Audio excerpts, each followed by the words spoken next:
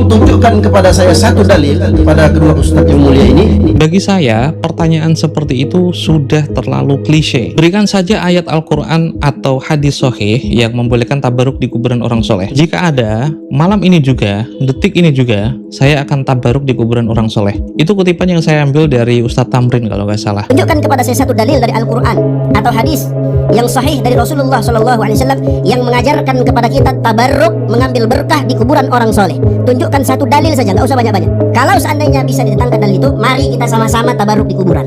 Bagi saya, pertanyaan seperti itu sudah terlalu klise. Apa itu klise? Klise adalah ungkapan yang sudah terlalu sering digunakan hingga maknanya itu sudah hilang.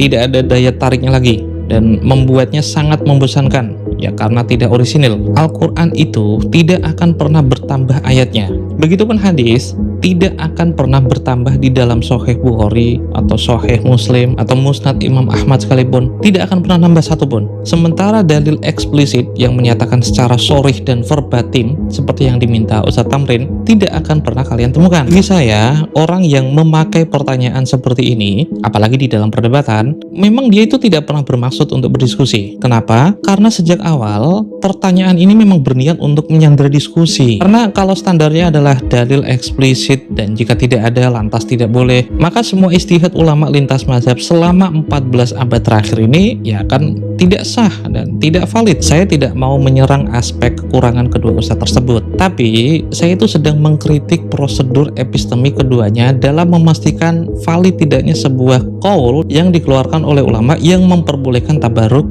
di kuburan orang soleh. Ketika saya mengikuti pendapat salah satu intelektual muslim di masa lalu yang memperbolehkan tabaruk di kuburan orang soleh, sebenarnya saya sedang melakukan praktik yang bernama efisiensi kognitif. Dan ini praktik yang paling rasional bagi seluruh umat manusia. Apakah beliau berdua punya kelayakan untuk melakukan evaluasi terhadap ulama mu'tabarin? Saya cuma mau memastikan bahwa standar yang beliau berdua tuntut itu bukan hanya retorika kosong. Justru yang menjadi pertanyaan paling mendasar adalah, mungkinkah ulama yang membolehkan tabaruk itu tidak lebih paham dari Ustadz Tamrin dan Ustadz satunya lagi? Syarul Malabas, ini Pemanjangan Talk, sampai jumpa.